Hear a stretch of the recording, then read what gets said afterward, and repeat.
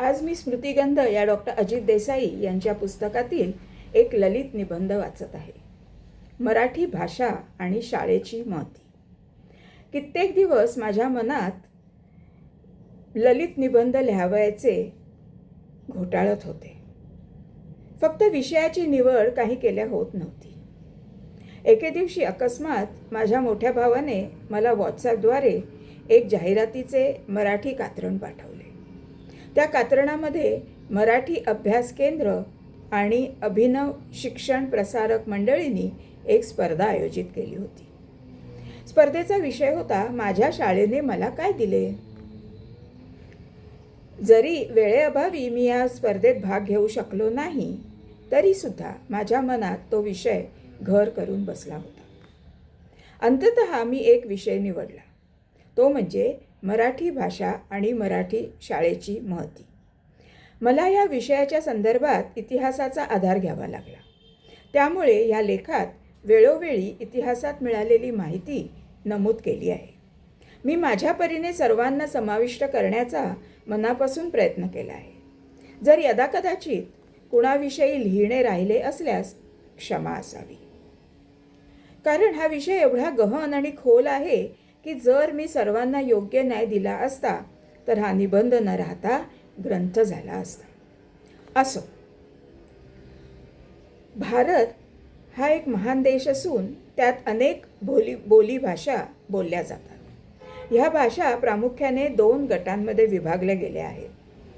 एका भाषेचा गट म्हणजे इंडो किंवा युरोपियन म्हणजे इंडो आर्यन भाषा व दुसरा गट म्हणजे द्रविडियन भाषा. पूर्वीच्या काळात मोहेंजोदाडो आणि हडप्पाची पार्श्वभूमी असल्या कारणाने आर्य व द्रविड संस्कृतीची छाप ह्या भाषांवर पडली. तसेच अधिक खोलात जावयाचे ठरवले तर उत्तरेकडे इंडो आर्यन गटामध्ये मोडणाऱ्या भाषा जास्त प्रमाणात बोलल्या जात असत, तर दक्षिणेकडे द्रविडियन गटात मोडणाऱ्या भाषा बोलल्या जात असत. आता राहिला मराठी भाषेचा उगम. भारतातील महाराष्ट्र राज्यात राहणाऱ्या अनेक लोकांची मातृभाषा ही मराठी आहे. 12व्या शतकाच्या अगोदरच ताम्रपटाद्वारा व शिलालेख लिहून मराठीचा श्री गणेशा केला गेला. इसवी सन 1250 नंतर देवगिरीच्या यादवांच्या साम्राज्यात मराठीला मानाचा दर्जा प्राप्त झाला. 1824 साली पहिल्यांदा जॉर्ज जार्विस यांनी पंडित जगन्नाथ शास्त्री, रामचंद्र शास्त्री, बाळशास्त्री आणि गंगाधर शास्त्री यांच्या मदतीने मराठीचे व्याकरण लिहून घेतले. या सर्व पंडित मंडळींचा संस्कृत विषयाचा आणि व्याकरणाचा उदंड अभ्यास असल्यामुळे त्यांनी लिहिलेल्या पुस्तकांवर इंग्रजी व संस्कृत भाषांचा पगडा दिसून येतो. मराठी भाषेचे जनक म्हणून आद्य प्रवर्तक महिण भट्ट यांच्या हस्ते लीळा चरित्र लिहिले गेले. महिण भट्ट किंवा माहम भट्ट हे मराठीतील आद्य चरित्रकार व म्हाळसा किंवा महदाइसा ही आद्य कवयित्री होती. एका कावळ्या आणि चिमणीची गोष्ट चिवतेचे घर मेणाचे ही बालपणात सांगितलेली गोष्ट लीळा चरित्रातीलच आहे. ह्यानंतर मराठीच्या घरात प्रवेश झाला तो महाराष्ट्राला लाभलेल्या संत परंपरेचा. विठ्ठल नामाचे गोडवे गात, नामदेव शिंपी, गोरा कुंभार, सावता माळी, नरहरी सोनार, चोखामेळा, सेना नावी, बंका महार, कान्होपात्रा, जनाबाई व बहिणाबाई या सर्वांनी भक्ती रचना केल्या व त्या अभंगांच्या स्वरूपात सादर केल्या.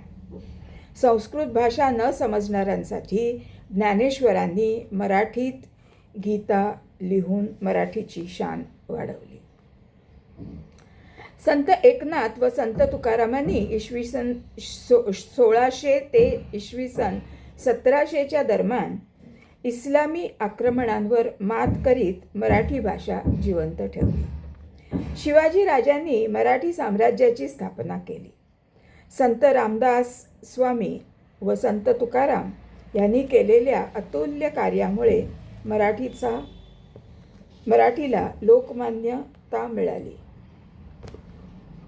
याच सुमारास संत एकनाथ महाराजांनी भारुडाला काव्यरचनेच्या शिखरावर नेऊन पोचवले.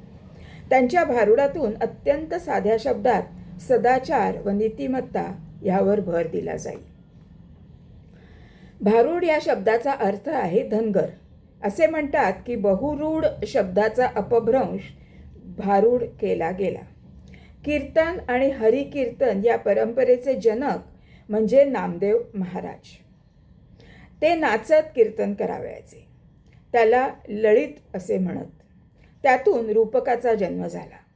ह्याच सुमारास संत मुक्तेश्वर व वामन पंडितांसारखे काव्यपंडित उदयास आले.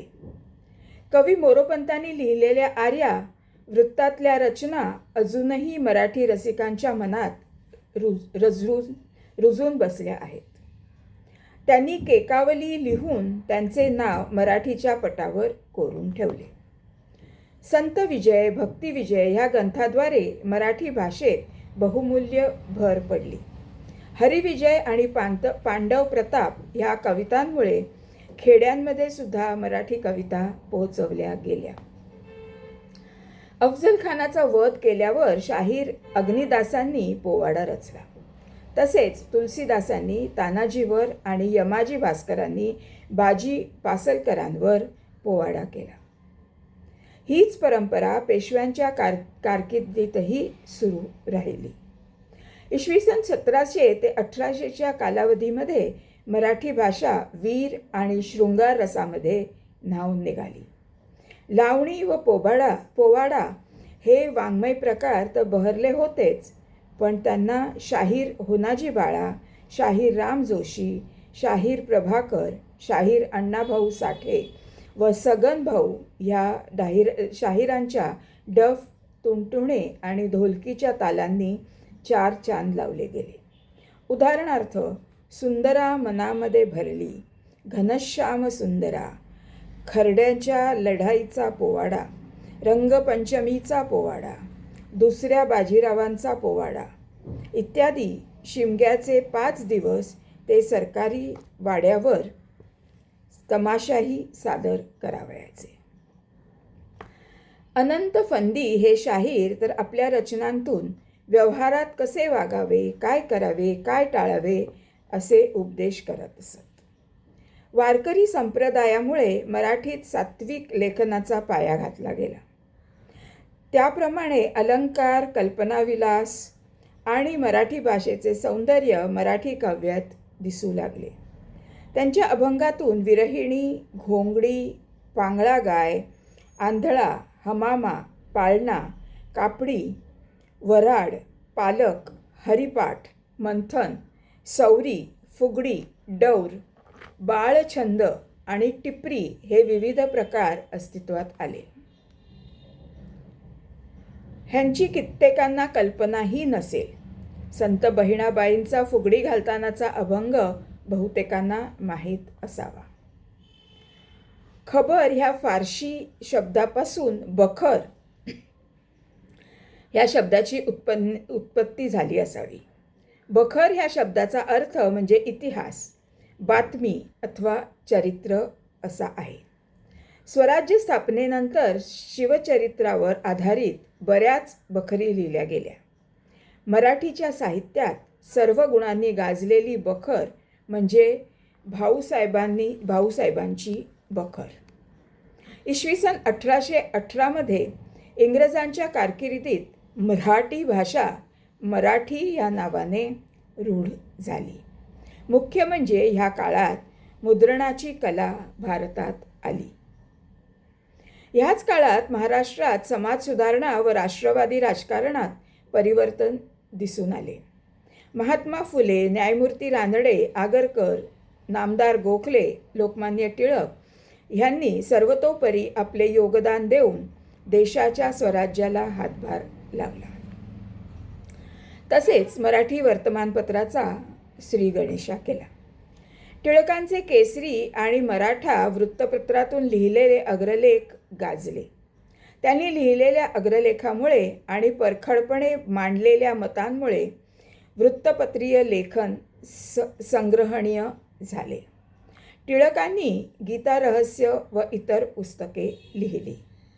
रमाबाई, काशीबाई कानिटकर, लक्ष्मीबाई टिळक यांनी बालविवाह, बालविधवा वगैरे स्त्रियांच्या निरनिराळ्या पैलूंचे समीक्षा करून त्यांना मार्गदर्शन केले. 1836 महाराष्ट्र भाषेचे व्याकरण हे पुस्तक लिहिले गेले.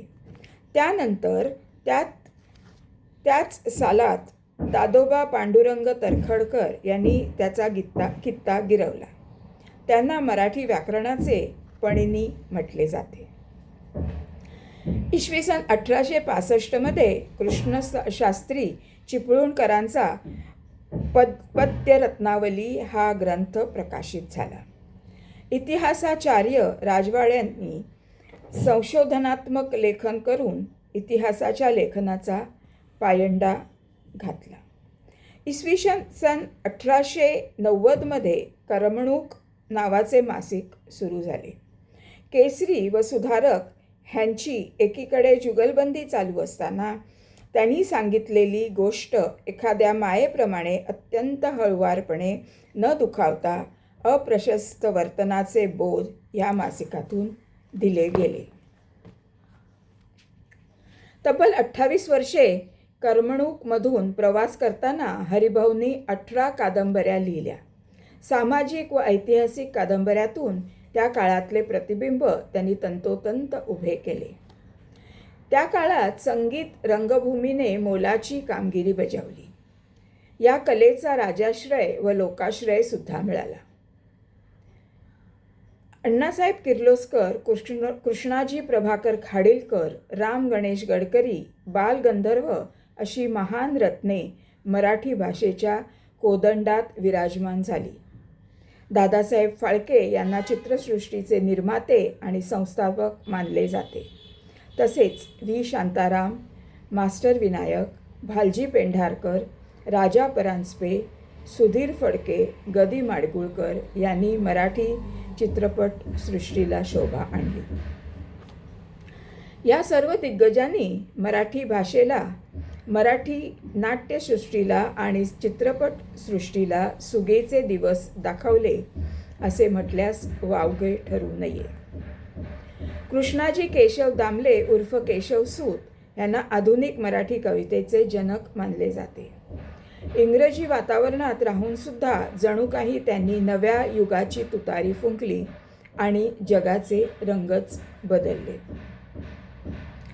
गझल आणि रुबाई हे काव्यप्रकार फारसीतून मराठीत प्रथम आणण्याचे श्रेय माधवराव पटवर्धनांना दिले जाते. 1945 साल हे अर्वाचीन साहित्याचे क्रांतिवर्ष म्हणून पाहिले जाते. मर्ढेकरांची कविता आणि विंदा करंदीकरांची कविता ह्या युगाची ग्वाही देतात. शांता शेळके, बालकवी, Govindrao grudge, Kusumagraj, Madhav Julian, Suresh Bhat, grace, Yashwant Manohar अशा अनेक कवींनी आपल्या साहित्यातून मराठीला हिरेमाणकांनी सुशोभित केले. त्याचप्रमाणे इंदिरा संत, ची. त्रम खानोलकर, पु. शिरेगे, मामा वरेरकर, श्रीपाद कृष्ण कोल्हटकर, गोविंद बल्लाळ देवल, नारायण सुर्वे, सुधीर मोघे यांनी नाटके, ललित आणि विनोदी लेख, कादंबऱ्या वगैरे अंगांनी मराठी भाषेला उत्तुंगावर नेऊन पोहोचवले. इसवी सन 1843 साली तंजावर येथील चोल राजे कलेचे आणि ज्ञानाचे भोगते होते. त्यावेळेस शिवाजी राजांचे बंधू एकोजी राजे तंजावरमध्ये स्थायिक असताना त्यांनी मराठी नाटक आणि रंगभूमी विषयक महत्त्वपूर्ण कार्य केले. त्यांनी मराठीत 19 नाटके सादर केली. त्यातील काही नमूद करीत आहे. गणेश जयंती, सरस्वती, पार्वती, सीता कल्याण, कृष्णलीला, हरविलास वगैरे. मराठी नाटकांचे आद्य प्रवर्तक म्हणून बळवंत पांडुरंग किर्लोस्कर आणि विष्णुदास भावे यांना आद्य संगीत नाटककार म्हणून उल्लेखले जाते. त्यानंतर वा शिरवाडकर उर्फ कुसुमाग्रज, के. अत्रे, ल. देशपांडे, वी. जोशी, दी. माडगुळकर, स. खांडेकर, सी. फडके, अनंत काणेकर यांच्यासारख्या साहित्यिकांनी मराठीत आपल्या लिखाणांची भर टाकून मराठी भाषा जिवंत ठेवली. ल. देशपांडे, प्रल्हाद केशव अत्रे यांच्याबरोबर रमेश मंत्री, विया बुवा, शन्ना नवरे, गंगाधर गाडगीळ, वी. जोशी वगैरे यांनी आपल्या साहित्याद्वारा विनोदाची भर टाकून ते अजरामर करून ठेवले आहे.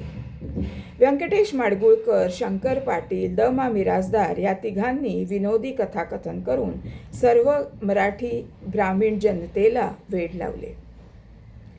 बाल साहित्याविषयी बोलावायचे झाल्यास स्वातंत्र्यपूर्व काळात रेव्हरंड टिळक, बा. ठोंबरे उर्फ बालकवी, महादेव शास्त्री जोशी, गोपीनाथ तळवळकर, आपटे, वी. जोशी, धो. ताम्हणकर, रा. भागवत, साने गुरुजी, मालतीबाई दांडेकर यांचा उल्लेख केल्याविना हा लेख पूर्ण होऊ शकणार नाही.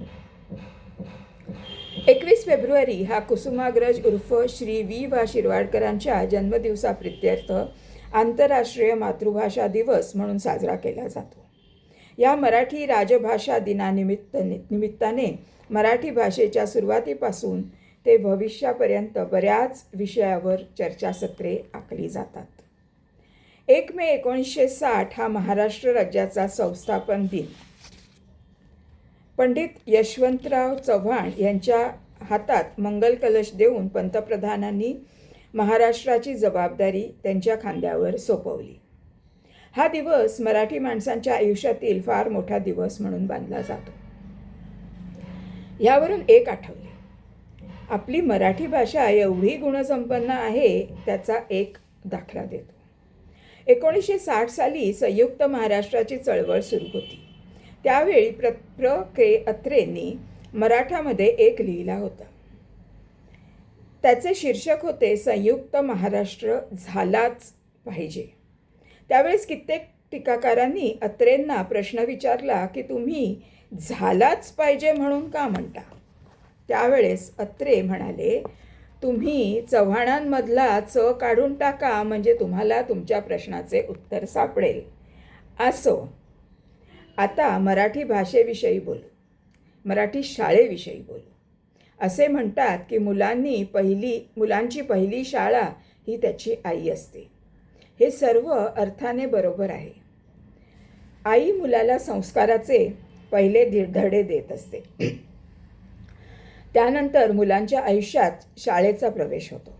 शाळा ही विद्यार्थ्यांवर चांगले संस्कार घडवणारी अत्यंत महत्त्वाची गोष्ट असते. शाळा ही विद्यार्थ्यांच्या हातात दिलेली एक गुरुकिल्ली असते. ही गुरुकिल्ली घेऊन विद्यार्थी आपल्या जीवनाचा आराखडा काढत असतो. शाळा ही केवळ ज्ञान देणारी चीज नसून त्यांच्या आयुष्याला मार्ग दाखवणारी यशाची कांडी असते. आदर्श शाळेत अनुभवी, चांगले आणि विद्यार्थ्यांवर प्रेम करणारे शिक्षक असतात, जे विद्यार्थ्यांच्या सुप्त गुणांचा विकास करतात. मराठी शाळात मुलांना मराठीचे सर्वतोपरी ज्ञान मिळेल याची दक्षता घेतली जाते. त्यामुळे विद्यार्थ्यांना त्यांच्या जीवनात एक प्रकारचा आत्मविश्वास निर्माण होतो आणि ते जगाला कोणत्याही परिस्थितीत तोंड देण्यास आणि कोणत्याही कठीण प्रसंगाला सामोरे जाण्यास सज्ज असतात. विद्यार्थ्यांना योग्य शिक्षण देण्यात सार्थ ठरते तीच खरी शाळा. एकंदरीत योग्य संस्कार, भौतिक सुविधा, योग्य मार्गदर्शन आणि त्यांच्या गुणाचा विकास करते तीच खरी शाळा. एकूण शाळेचा सारांश काढायचे झाल्यास माझ्या मते शाळा ही मुलांच्या सर्वांगीण विकासाचा पाया मजबूत करणारे एक माध्यम आहे. तेथे सर्व प्रकारच्या गोष्टी शिकण्याची संधी उपलब्ध असते. तेथे विद्यार्थ्यांना स्वतःला सिद्ध करण्याची संधी मिळते. शाळेमधील ज्ञान विद्यार्थ्यांना सशक्त जीवन घडवण्याकरता आवश्यक असलेली मूल्ये व नैतिकता शिकवते. विद्यार्थ्यांना स्वतःच्या अस्तित्वाचा सन्मान करण्यास आणि स्वाभिमान राखण्यास प्रवृत्त करते. मराठी शाळेत शिक्षण घेतल्यामुळे कुणाचेही नुकसान झालेले नाही. त्यांच्या ज्ञानात कोणतीही बाधा निर्माण झाली नाही. मराठी शाळेतून शिक्षण घेतलेले नावार्जित डॉक्टर, वकील, न्यायाधीश आणि इतर विषयातील तज्ज्ञ झाले आहेत. उदाहरणार्थ डॉक्टर बाबासाहेब आंबेडकर ज्यांनी आपले भारतीय संविधानाची स्थापना केली, C.D. देशमुख, गानकोकिळा लता मंगेशकर, आशा भोसले ह्याशिवाय वर लेखामध्ये उल्लेखलेल्या बहुतांश मंडळींनी देखील मराठी शाळेतून शिक्षण घेतले आहे. एवढे सर्व वैभव प्राप्त होऊनही आजतागायत मराठीला राजभाषेचा मान दिला गेला नाही ह्याचीच खंत वाटते व कवी माधव जुलियनांच्या कवितेची आठवण करून देते. मराठी असे आमुची माय बोली, जरी आजही राजभाषा नसे. नसे आज ऐश्वर्य या माऊलीला, यशाची पुढे दिव्य आशा असे. नमस्कार.